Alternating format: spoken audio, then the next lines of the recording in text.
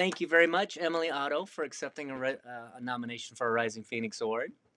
Thank you. Oh, you're welcome. Um, I would love to hear you tell a little bit of your story about your transition. Some of the things that you went through that were real challenges and how you overcame them. Yeah, that's a great question. It's hard to think about where to start. Yeah.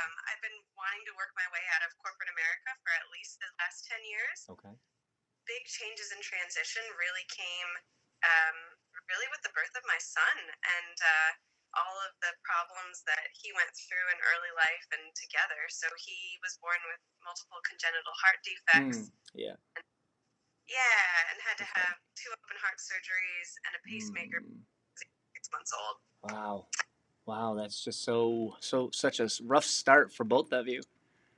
It was really intense, Yeah. and unexpected. My original plan was, build my business, get ready, and have baby, quit job, never come back. And it became really clear that we needed the health insurance and the stability that could provide. In 2018, I think our total medical cost was $500,000. Holy cow, that's amazing. Yeah, good thing Yeah. you had the insurance.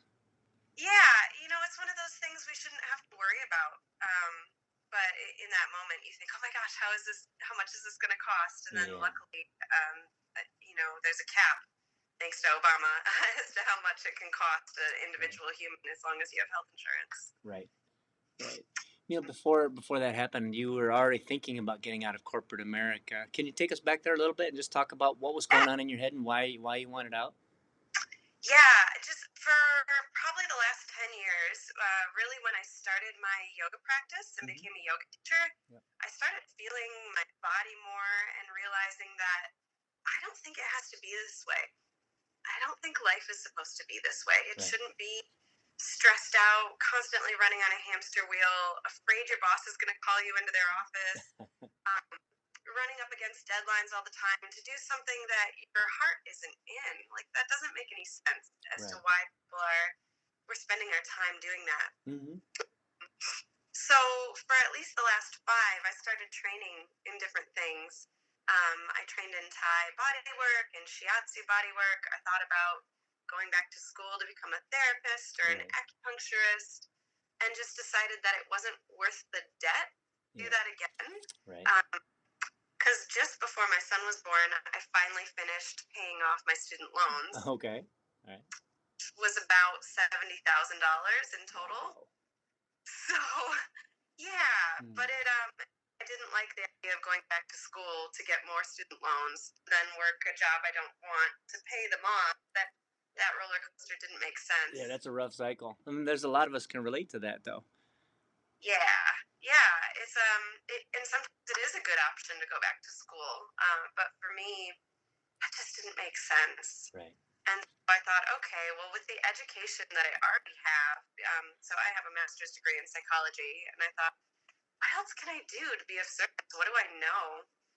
So I went through a couple different online programs with mentors and realized, oh, I can help people do what I'm doing, which is making a quitting plan, reducing their debt to income ratios, getting less in their day to day, so that when you finally quit, you're not still in that stress cycle all the time.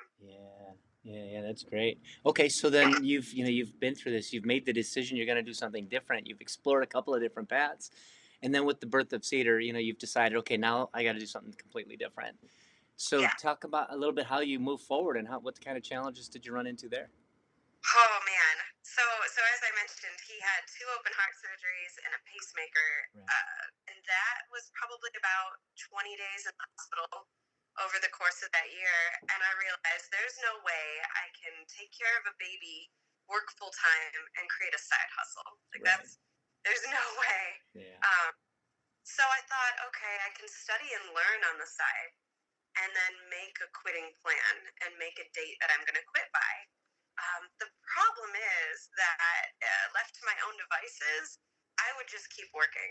And say, well, but just a little bit more money, just pay off one more thing. Yep. And yeah, my husband thankfully realized that and kept pushing me to quit. Okay. And that's actually one of the reasons he chose to get into construction and build his own business with his uncle, was to provide more stability, Sure. that I could quit. Yeah. So it's definitely a joint effort. Yeah. Counter's a blessing for sure. Yeah, All right. he's So, great. what did you decide to do then? So I made a date, and I kept pushing it off. I kept saying, okay, well, just till the end of the year for the insurance. Right. Well, but we might, Cedar's definitely going to need more surgeries, more heart surgeries, and Right. we're not sure when. So I should carry it just a little longer, or maybe pay off the car, or build up more in savings. And then finally, I realized I just kept getting sick. I had a couple upper respiratory infections back to back, a couple Right. of rounds of antibiotics, which I never take, Yeah. and I thought this job is making me sick, Yeah. and I need to quit. Yeah. You're So getting a sign. yeah, Yeah. it was time. So I decided, okay, let's go to Burning Man. Okay. And it was the first time Connor went with me, and my fourth year. And I thought, let's go to Burning Man, and I'm going to make that my quit date. I'm going to quit right before Burning Man, go and have this epic 2-week adventure, and then come back and start my new life. All right. Do. All right. So yeah, so I did that in August. Quit my job, went to Burning Man, came back, and Cedar's in daycare 2 days a week, so I can focus on building my business, and I'm taking care of him the rest of the time. So Right on. Right on. All yeah, right. Well, then that's the primary gig, and I happen to know a little bit about corporate rebel as well, and some of the things you're trying to do there. So, can you tell us about that? yeah. So basically, I just really, even though I got out, I didn't feel good. I wanted to help other people get out too, because it's really hard in it, and you're in corporate America, and you're having those water cooler talks with people, Yeah. and everybody just says, well, it sucks, but it could be worse, and Yeah. we've got health insurance and a steady paycheck, and we've got to keep doing this until we retire. Right. You're right. But just for a lot of people in my age range, it's the idea of retirement just really doesn't even exist. Yeah, I agree. So yeah, so I thought, okay, I want to build a business that works for my life. So right now, I want to be home with my kiddo as much as possible. Sure. But I want to build an online business, but one that's really personable, helps people craft unique solutions to their unique lives. Sure. So I built my programs around that.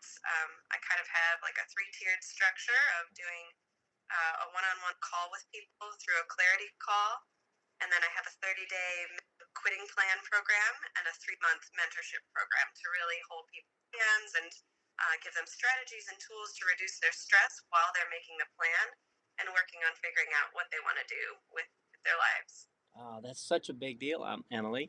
Well, Thank you. you talk about the water cooler talks, right? And I think I've been through something similar myself. But people talk about wanting to get out, but they don't have the guts to give up the handcuffs. They don't have Yeah. the vision to see how they could get there, and a lot of times they don't have the opportunities because of life situations to give up some of the things that corporate America locks you into. Well, So for you to give them the hope and the vision and a way to start seeing a path forward is a really big deal. thank you. You're welcome. So when people want to jump out and they've got all these other responsibilities, sometimes just straight up jumping out ain't an option for some people. So Yeah. sometimes walking the dual path might be an option. What do you have any thoughts on that? Yeah, so a big thing I talk to people about is if they're working with me, they're already not the type of person who can just quit tomorrow. Yeah. There's reasons they're in their job. Yeah. And so, for in my case, health insurance was very critical for Cedar. But there happens to be a state of Michigan program that will cover his heart condition until he's 21. Okay. All right. So there's a lot of different creative ways to figure out how to do what you love. Maybe you can reduce your hours at your corporate job. Maybe you can ease off the work there a little bit. I talk about a principle called giving 75% or less to your day job. Yeah. So don't give them all of your energy and attention. Really pull that back in, whether that's to do a side project you love or learn something or even if it's something as simple as like a weekly yoga class or a weekly volunteer effort that you're really into. There's a lot of different ways to refocus that energy. Mm, 'Cause the draining corporate job it's always going to be the same. I yeah. thought if I worked for different people, different companies, it would change, but it's like the same crap, different situation. Yeah, they're all trying to get the most they can out of you for the least amount of money. So they send you Yeah. home with laptops, and you end up being, plugged in through smartphones almost all day long. And there are no Yeah. boundaries. No, there's no boundaries, and they you feel guilty if you're not doing a ton of work. You feel Yeah. guilty if you're not running yourself into the ground, and it's crazy making. Yeah. Programs. That's why my first principle is really focused on reducing stress and anxiety, Yeah. because, like you mentioned with boundaries, so creating those boundaries and reducing stress and anxiety in our day to day, the only way to then make this systemic change for how people are doing their jobs, how we're thinking about work in the world and making money and an income. How much do we really need? Mm. Um, can we work part time with, and can you work part time on the thing that you love doing? Like, there's a lot of different ways to work it out. What you just said, I think, is also very important, right? Being realistic about what you need, because we get into this consumerism mindset where we have to have all this stuff, and when you go down this path and you start to let go of things, you start to realize that this stuff is holding you back. This stuff is Mm, holding you down, and once you let go of the need to have so much, you could do so many different things with your life. yes, Yeah, that was a big piece of it for us. So when I quit my job, we cut our incomes more than in half. yeah, So figuring out, okay, how do we live with less? What do we really need? How do we not take on more debt?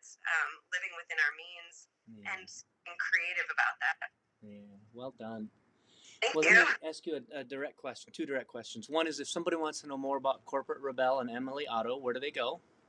Yeah, so they should go straight to my website. It's www.emily-otto.com. Mm-hmm. And I'm super active on Facebook, Instagram, YouTube, and LinkedIn.